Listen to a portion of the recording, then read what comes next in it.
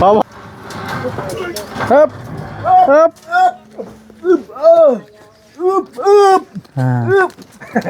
นี่ทั้งบอยเพื่อนได้ใช่ไหม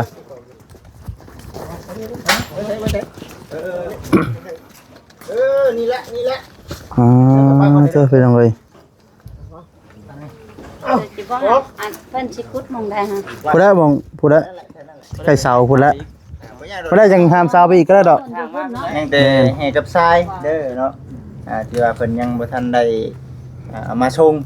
โดยแต่ว่าเรื่องของต่างๆเนาะพี่น้องเนาะเฮาก็ยังบ่ได้เอามาเทื่อเดี๋ยวเฮาเบิ่งราคาก่อนว่าใช่เขาบอกว่าใส่ว่าดูไว้ดูว่าเนาะต่อไปข้างหน้าแล้วบ่นี่แถวเดียวกันเดี๋ยวมันสินั่นไกลบ่หรือว่าอยู่ว่านี่บ่กองว่านี่หรือว่านี่ใกล้ๆนี่ก็ได้นี่เดี๋ยวรถเพิ่นมาเฮาก็จังปรึกษากับเพิ่นว่ามันสามารถถอดไว้ใช้ได้ในขนาดถือว่าตกอยู่6 ล้าน440,000เนาะ6 ล้านเรื่องของต่างๆพี่น้องเนาะ10,000ได้หมื่นได้ หมื่นยังบ่ครบยังบ่ครบเนาะแม่นอยู่ยังเรือวิทย์เนาะทั้งไม้สังกะสีทั้งสุโขมันเพิ่นมีแผนการสิเจาะน้ำนั่นเนาะมันใกล้บนทางเขื่อนประตูแก้วแม่นี่ก็ถือว่าโอเคแล้วท่านนี่เพราะว่ามันกระจายกันน้ำเนาะไกลอยู่พอดีเราสิเจาะนี่บ่แม่นแล้วสิเจาะอยู่เลยเจาะน้ำเป็นตู้แก้วบ่อย่างน้อยก็ให้มันห่างสักหลายเมตรนี่เขาเช็คเขาว่าเจาะมองนั้นก็บ่ได้แต่ว่าไปแล้วดูแถวพุ่นสิขโมยใช่เพื่อนทางนั้นเพื่อนอีกบ่เพื่อนเจ้บ่เจเนี่ยเจมองทางเขาเพื่อนว่าเฮ็ดห้องน้ำบ่ว่าเนี่ยมันขุ่นอีกบ่เจ้าน้ำยันคุณอีกเห็นว่าน้อยว่ามันใกล้เนาะเดี๋ยวมันใกล้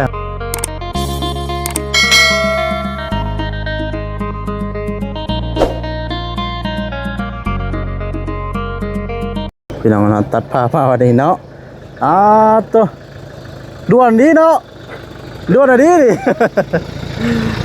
สบายดีเด้อพี่น้องเด้อเนาะสบายดีพร้อมพี่น้องทุกทีเบิดสู่คนพี่น้องเนาะที่ว่าอยู่ในและต่างประเทศพี่น้องเนาะยินดีต้อนรับทุกท่านเนาะถามว่าปีกำลังให้ใจเนาะจังหวัดสระบุรีเด้อพี่น้องเด้อเนาะวันนี้ก็มาแบบฟ้าพี่น้องเลยเนาะเอาล้วนเลยเอ๊บ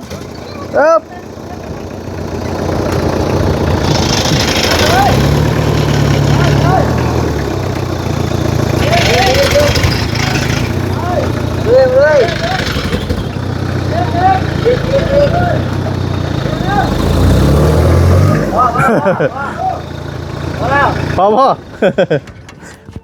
มาเลยว่าชนแล้วสิบอกบ่รวดกะมีเนาะพี่น้องเนาะหายใจยังบ่ทันได้เอ็นพวกปานใดคนเดียวกันได้โชเฟอร์นะคนขึ้นกินนี่ได้ดิว่าได้ถือไม้กระเตียวมาเฮ้ยนั่นดิน้องบอยได้บ่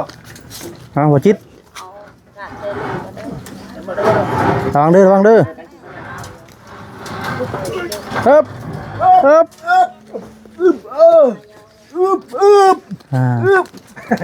นี่ทั้งบอยเพื่อนได้ใช่ไหม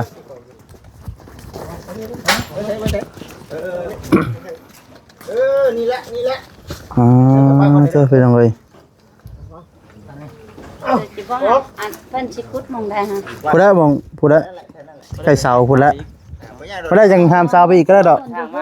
แมนเดี๋ยวสร้างคนมาเดี๋ยวเป็นจีเอาลูกพัดพี่น้องเลยเขียวป่ะเขียวได้ป่ะได้อยู่นั่นเนาะสบาย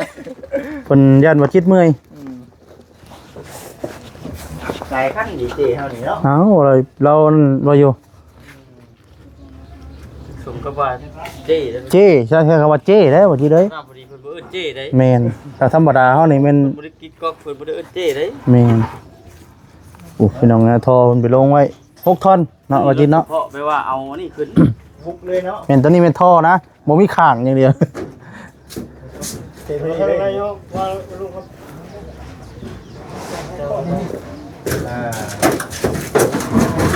ปึ๊บมาก่อน ระวังเด้อระวังเด้อ มาก่อน จริงไง มาปรุงก่อนปรุงก่อน น้ำมันกายขอบรถยังหิวได้ อ่ะระวังเด้อระวังเด้อ ค่อยๆค่อยๆ เป็นยังไง หมูย่าง ทำอยู่ทำเลย ให้กูกินมะขามเนาะเค็ดเขียว เป็นชั้นคน พี่น้องเลยเนาะป้าเถอะ3 ท่อนลงข้าวเดียวพี่น้องเลยเนาะเดี๋ยว3พี่น้องเลย นั่นแหละปรุงอะไรก็ได้เนาะ แบ่งกันเนาะ มุกโทพี่น้องเอ้ยเนาะเราโอเคอยู่ได้ก็คือว่าทำดีคนหน้าคนเราทำดีกว่า ตื่นคนเห็นสิเนาะ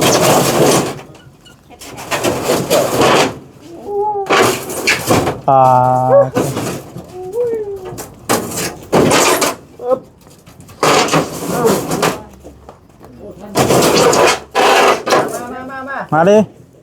บ่ทันพูดบ่เฮ้ยเจ้าบ่ได้ใช้ไม้บ่น่ะข่อยปาไม้ไว้ให้เจ้าใช้ไม่กันกระฟี่ก่อนนะอ่า โอ้ไว้ดีดอก นี่ เนาะ ป้าไว้เจ้าของทอเช่น มาหลังบ่ ต้มสแกนเบื้องละข้างได้ย่างไปนี่คือพายกระต่ายเลย ข่อยก็บ่กล้าไปนำแหละบ่กล้าไปนำ ตัวเร็วดีดอนี่ที่ได้ ชื่อทางเหนือนางทางธรรมะ ไว้เฮงเนาะ ไว รถคือว่ามากินนี่คือว่ามีผ่าเลยกินนี่ บนละ ผ่า ข้าง มา เลย ก่อน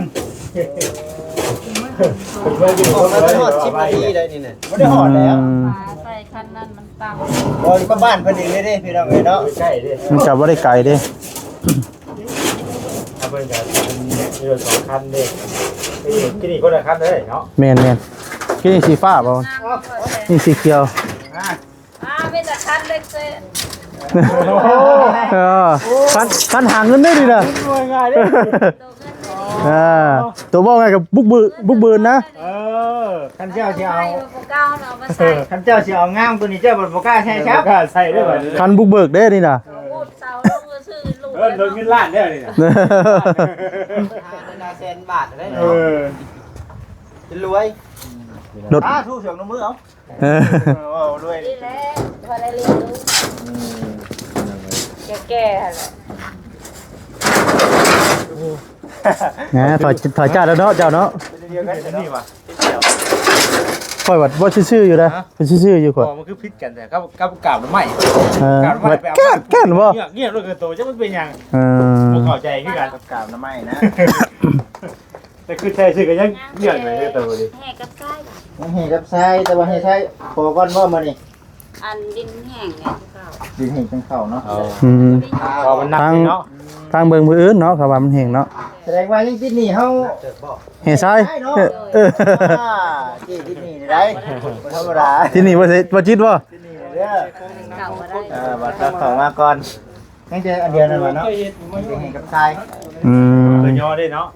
แต่ว่าเงินทำของแก่ใจได้เรียบร้อย ใหญ่แล้ว โดยอยากมุกกับแก่ได้หลาย มีแห้งมีแห้งต่าง โอ้ยสาธุเนาะมีรถใหญ่ไว้ ๆครับอันนี้ที่ไปส่งพ่อ นี่แหละเลย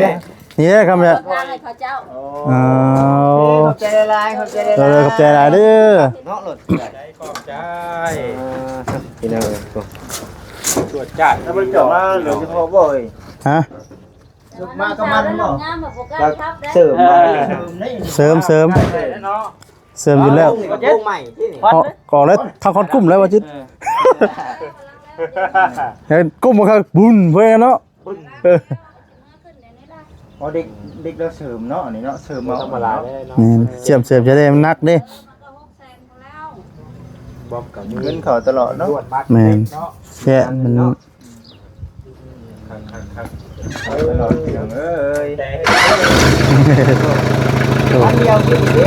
โอ้คนละคันได้ คนละคันเฮ็ด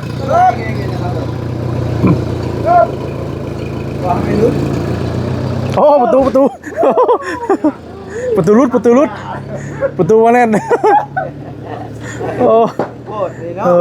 สิ่งแต่ประตูรุดพี่น้องเลย คือว่าคนนี้ที่ว่ามีแต่เล่าแจ็คเก็ตหัวเราไปเรียกรุ่นนี้ ผัวเรารุดดินเด้ระหว่างบ่ว่างเด้ไอ้แกมีลูกน้องเด้นะครับให้ประตูรถวันไปทางประตู ประตูบ่แน่นสงสัยไล่ล็อกรุดได้นี่เนาะโอ้เตอ นี่มีอายแล้วมันจะ หายเห็นมันบ่ได้พี่น้องอนาเตสได้บ่ หามาพี่ได้มั้ยมันอยู่นอกมันจังห่มจังเย็นนะ แจ้งบ่แบ่งแจ้งอยู่เนาะ คือว่ายังแต่ให้กับทรายเด้อเนาะที่ว่าเพิ่นยังบ่ทันได้เอามาส่ง โดย แต่ว่าเรื่องของต่างๆเนาะพี่น้องเนาะเฮาก็ยังบ่ได้เอามาเทื่อเดี๋ยวเฮาเบิ่งราคาก่อนว่า ใช่นี่เขา ได้ บอกว่าใส่ว่าดูไว้ดูว่าเนาะต่อ ไปข้างหน้าแล้วบ่ นี่แถวๆเดียวกันเดี๋ยวมันสินั่น ไก่บ่ เดี๋ยวว่าอยู่ ว่านี่บ่กองว่านี่แล้วบ่นี่ใกล้ๆนี่ก็ได้นี่ เดี๋ยวรถเพิ่นมาเฮาก็จังปรึกษากับเพิ่นว่ามันสามารถถอดไว้ใช้ได้ในขนาด ถือว่าตกอยู่6 ล้าน440,000เนาะ 6 ล้าน ล้าน เครื่องของต่างๆพี่น้อง เป็ เอ้ น ยเนาะ หมื่นได้ หมื่น หมื่นได้ หมื่น หมื่น ยังบ้านครบ ยังบ่ครบเนาะแม่นอยู่ ยังเรือวิทย์ โอ้ เนาะ ทั้งไม้ ไม้ ทั้งสังกะสีทั้งสุโค ไม่48 คอ สังกะสีหัวชะโครกแล้วก็ ของอเนาะทอของอ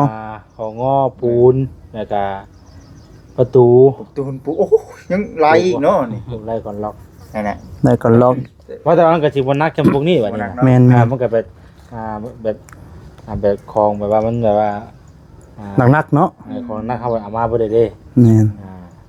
มีแต่ประตู งั้นแล้วจุดเบาก็เฮาก็แกมาได้ พวกนี้โดยรวมทั้งหมดทั้งค่าชุมค่าสร้างทั้งคือซื้อเครื่องอุปกรณ์น่ะมันตกอยู่ประมาณ 20,000 อืม ของน้ำนะ ชาติชาบ่เสียนี่แต่เก่าเนาะ โอ้ตอนนั้นเนาะ ไอ้เฮาก็เด้คันคือในก่อนี่ก่อเฮ็ดแบบคือเฮือนบ่สิงนะเฮ็ดบ่สิงนะคือต้องมี เพื่อนนั่นได้พอกินกับจังสีตอกตามๆเพื่อนเนาะเฮ็ด แต่ว่าเฮ็ดนั่นน่ะมันก็อีกแบบนึง อีกแบบนึงเนาะเข้าใจพี่น้องเข้าใจอยู่ มันก็คนละแบบเด้ แม่น เสาไม้แล้วก็สังกะสีแล้วก็ตอกแหมมาด้วย อันนี้สาปูนเนาะ มีเสาปูนมีกอเด้ เอาสังกะสีเอาบ่ จังได้ใส่ไว้บ่ ไอ้เดี๋ยวเมื่อคืนมันบ่นี่กะทางมาบัดนี้ก็จะเมื่อคืนมันบ่ เห็นได้เสร็จดิ ไปก็เฮือนบ่ โอ้ยเพื่อน เหมือนกันบอก ก็เลยครึ่งบ่ฮักคนละครึ่งคนละครึ่งก่อนบ่ คือก่อน นี่นะตัวนะฮะ แบ่งครึ่งนะแบ่งครึ่ง มาเบิ่งพี่ก่อนมาน้องแต๊กยางทั่ว เบิ่นวันนี้เนาะ เบิ่นแล้วข่อยเอาอยากคือกันปานใดนะ ผู้ทางกันน้องบอยเราพี่น้องเห็นดอกพี่เตรียมพร้อมแมลงบ่นี่นะสิไปกันกบแมลงสากก้อนน้องสากแล้วบ่ใต้ยังรู้สียังสีเหลืองบ่บานสียังโอ้สีขาวโอ้2กักพี่น้องเลยเนาะอันนี้มีโคมอะไรก็ใช้หลอกวันนี้เนาะไปกับลุงบาดนี้การกบการเขียดคายแล้วบาดนี้เนาะ มันเดือกินกับคายน้ำต่อคือเจ้าเห็ดเนาะ คักพี่น้องเนาะอันนี้ก็ทางน้องบอยพี่น้องเอ้ย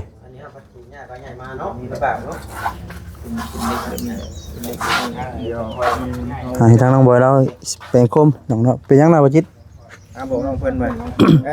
ไว้กันลงไว้ดีผลนั่นแหละกันขี้เมียง โอ้แม่นแล้วนี่ปลาไปกินแม่งกินแดงชิกๆได้เนาะบ่หมอบพวงบ่ได้ให้ได้บ่ พวงมาได้ให้อันนี้แหละอันนี้ก็จะเป็น ทอนี่ก็นอนเฝ้าเอาเด้อน้องเด้อใช่มั้ยคนมาเฝ้ามาหาเมา อันนี้จะเป็น กิ่งลุง อันน่ะเสาเนาะพี่น้องเนาะเสาตัวเพิ่นเสริมตัวนี้ นี่ตัวนี้นี่แต่ว่าถ้าได้ยกขึ้นเนาะ หลายอย่างอยู่มาน้องแต่เลาะเบิ่งนี่ เลาะเบิ่ง มีเสาอีก หลายอย่างที่ เนี่ยพี่น้องเนาะมีผาในผากระซองอันก็มีลวด ลวดพี่น้องเลยเนาะ มีเด็กอีกว่าโอเคอยู่เนาะ ไม่สิเป็นหมื่นไม่ได้เป็นสิมาอีกบัดนี้เนาะ แล้วว่าบ่ฮับปากให้มันดินแห้งก่อน แล้วก็คันคือว่าเฮาเอาว่ามันข้ามอย่างไปให้ ยาก เนาะ ยากอีก ว่าถ้าดินแห้งก่อนมา เฮา ทำ กับ อืม เพื่อเฮาจะได้เฮ็ดโดนเติบอยู่ดอกเพื่อเฮาขุดแล้วอี เพื่อก ขุดอีกเนาะเพื่อขุดอีก นักลักจะแม่นสร้างแล้วมาก็ขุดก่อน เพราะขุดน่ะอีกตามเฮาสิขุดเอาได้หม่องใดก็ เดี๋ยวเอาเนาะ แล้วสมมุติว่าเฮาสิตั้งของน้ำตัวของน้ำหม่องใดเฮาก็อ่านเอาแล้วนี่ อืม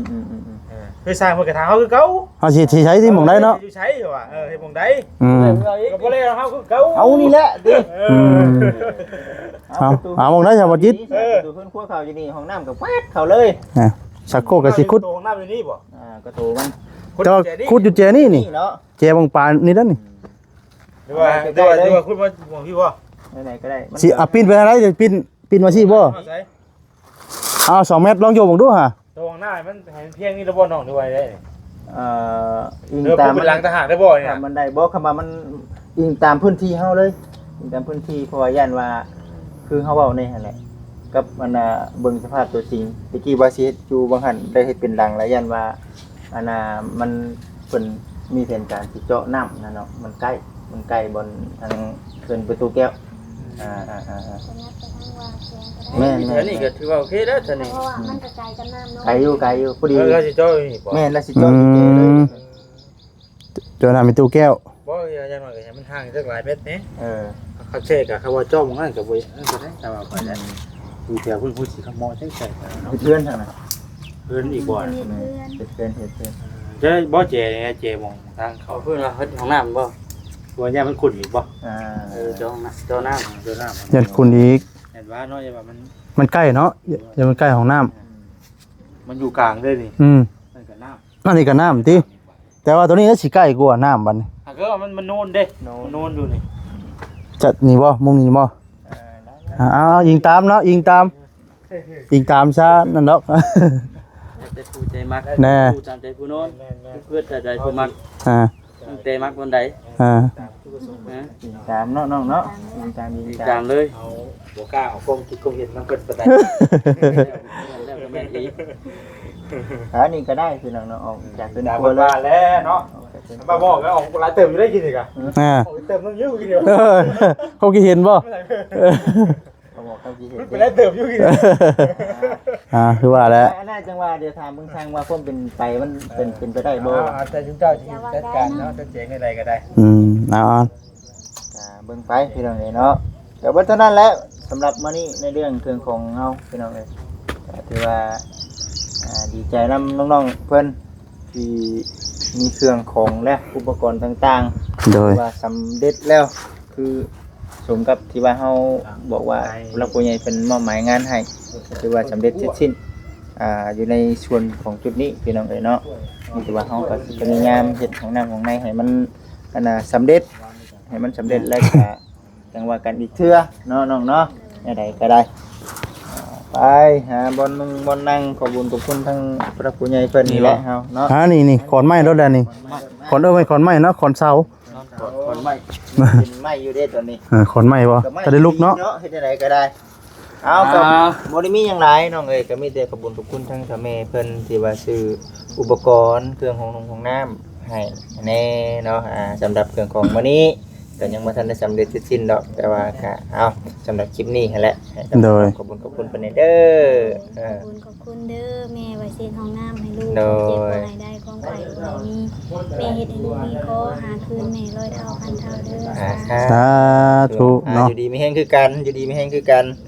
มีแต่ทั้งที่เฮาเองก็คือว่าพี่น้องเนาะก็สิมาติดตามเบิ่งเรื่อยๆเนาะ เดี๋ยวอัปเดตเนาะ จนแล้วจนทั่วพุ่นแหละว่าจังใดก็ได้อันนี้เด้อเว้านำทำไมเพิ่นว่าเศษนึง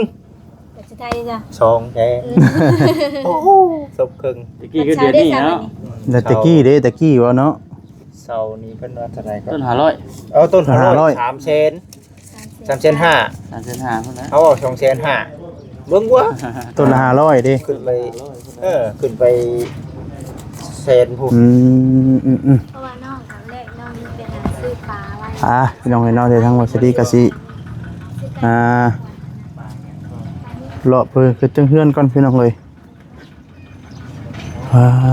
ตัวเจ้าคนกสิมาเฮ็ดเฮือนเฮ็ดจังหั่นน่ะเนาะนะ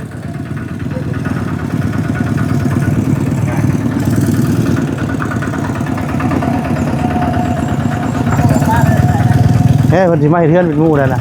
คนสิมาเฮ็ดเฮือนเป็นหมู่แล้วเลยจังนี่เนาะเป็นคนมาที่หน่อยเด้เธอไปนั่งครับแปลนตืดบาทนี่ถ่ายไข่ป่ะเจ้าไม่ถ่ายได้ ถ่ายบาเซนเด้คนหลังเนาะ พูดได้ว่าข้าวกรีบไป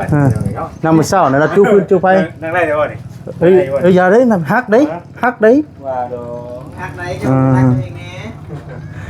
นี่แหละเนาะมือนี่ทั้งน้องคนสีเข่าห้องตัวนี้แล้วบัตรหรือว่าห้องนี้บ่ห้องนี้เก็บเครื่องเนาะอ๋อ มีเมียอยู่ไหนมันมีอย่างของเปล่าใครผมรู้อ่ะ แต่ผู้ต้องไขเบิ้ง รู้เนาะพี่ใส่กุญแจไว้ครับ มันดึกลับเลยตัวนี้นะเอาละพี่น้องเอ้ย เปิดประกังรู้ดิ จังไรก็ต้องได้เบิ้งนะคอยยังไม่เห็นเท่ากันเลยใช่ จ้าเอ ใส่มีถุงยางผมนึง ไม่ถูกอย่างเดี๋ยวนี้เรื่องกับว่าไงนะครับ แต่ว่าตัวนี้นั่นเนาะประตูเบื้องนี้เนาะลงเขาเลย แมนพอดีงามเนาะ พักไปลองเลย พี่นั่งไง นี่ครับเสาหุ่นกับเสาพักครับเป็นเต้งเอาคักดีเนาะพอดีงามคักดีเสา อาสีเหลืองมากวะ เดี๋ยวมากพี่น้องเลยแล้วยังว่ารูปไปรูปมายันราศีหล่อนเนาะพี่น้องว่าจะได้รูปนะเนี่ย ที่รอดอะไรแม่เอาท่าไหน เป็นโทษแล้วบัดนี้เนาะพ่อย เจ้าได้รู้ไปเตะมือบ่แม่นเฮ็ดอันนี้ประจำสิบ่ปัดมือบ่ ยันจังว่ามีเนี่ยนั่นนี่ สาวงามเลยเอาโชว์ดิโชว์สาว จับดีเด้อบ่ คือสิมืดตลอดเนาะ มือตัวนั้นเล็กไป อยู่ห่มเด้ห่มตลอด แดดใส่ก็ห่มเลย แม่น เดือบตานะ เพราะว่าเฮาอันใส่แล้วรักษาสายตาเด้ ใส่แว่นไว้กับมันกันแน่ๆนะ มันข่อยจะใส่แล้วมั่วเลยน่ะมันขูดได้ขูดกับธงด้วยมันมั่ว ซื้อมาตายถุงใส่เนาะ ชื่อต้องใช่แกนี่ก็เก็บของเก่าแล้วเช่น โอ้เก็บของเก่า ของเก่าแล้วจะใส่เลยดิกับไม้คอยโอ้คอยใส่ก็คือลิงใส่เป็นตาดีเด้อนี่คอยใส่เด้อ ไม่ใช่แค่ก่อนดิ อันนี้โอ้มืดแท้เนาะ คือเนาะ คือว่า แต่คือลิงเนี่ย คือโอ้สุดเลยโอ้ตาย พ่อมูเจ้าอยู่แล้ว เห็นอยู่ว่าหลวงลิงน่ะ ถามอยู่แล้ว เมื่อนั้นขี่ถือว่า10 กว่าปีแล้วเขาบ่ได้พ่อ เอาบ่อยากเป็นมากันว่าซั่น ก็อย่าว่าหัวกันไป ไม่ได้พ่อกัน10 กว่าปีป่ะ 10 กว่าปีเดี๋ยวนี้พ่อเลืออยู่ช่วงหนึงเนาะช่วงนั้นไปเวียกทางนั้นเด้เมโตคูนพี่น้องเนาะตะกี้เห็นเลืออยู่ทักทายเพื่อนอยู่ก่อนก็ได้ หยอกกันได้พี่น้องเคยบอกหยอกกันพี่น้อง แมนอย่าพอมวนๆบ่หัวกันไป ปืนกับพวกก้าวว่ากันว่าสิดีก้าวว่าอยู่พี่น้อง เพราะพื้นเครียดเด้เนาะ ปืนบ่ได้เด้ บ่สิดี เอาอีกแล้วจ้ะ บ่สิดีเข้าใจ แม่นบ่ เอาอีดี ตาย เอาให้แล้วซึ่งเด้อซึ่งให้เด้อ ไว้ไปดิ ซึ่งบ่ ไป ได้ กันขอเอฟนะ ไปแล้วบัดนี้ ไปคนเอฟเลย ไปป้าเขาเนาะสาวปิดแท้นี่ เข้าจะที่กัน อ๋อโทษพี่น้องเอ้ยโห ไปก่อน ครั้งแรกบัดนี้เนาะมาวันนี้ดินกับเพียงวัดบัดนี้เนาะสมบัติคนลูกคนมันอยู่เฮือนอยู่ซ่านกับเป็นเติดเบิดพี่น้องเอ้ยนั่นสารเอาลงก่อนพี่น้องเอ้ยถ้าเราน้องแต่กับซิมิมูนี่พี่น้องเพิ่นมาสิพวกเพื่อนอยู่แหละจะฮู้อยู่ว่าเพิ่นมาน่ะ มันอยู่ในบ้าน ฮู้จักเพิ่นอยู่หรือบ่เนาะโอ้โดยสาพี่น้องเนาะก็สิคลิปซะก่อนบัดนี้ให้น้องพักผ่อนซะก่อนพี่น้องเอ้ยเนาะเถอะเนาะพี่น้องเอ้ยตอนนี้ท่อก็มาเป็นที่เรียบร้อยแล้วพี่น้องผิดพลาดประการใดเนาะขอโทษขออภัยด้วยพี่น้องเด้อเนาะเป็นกำลังใจทางวัสดีแน่พี่น้องเลยเนาะลำลาไปก่อนบัดนี้พี่น้องเลยเนาะสบายดีพี่น้องสบายดีเนาะ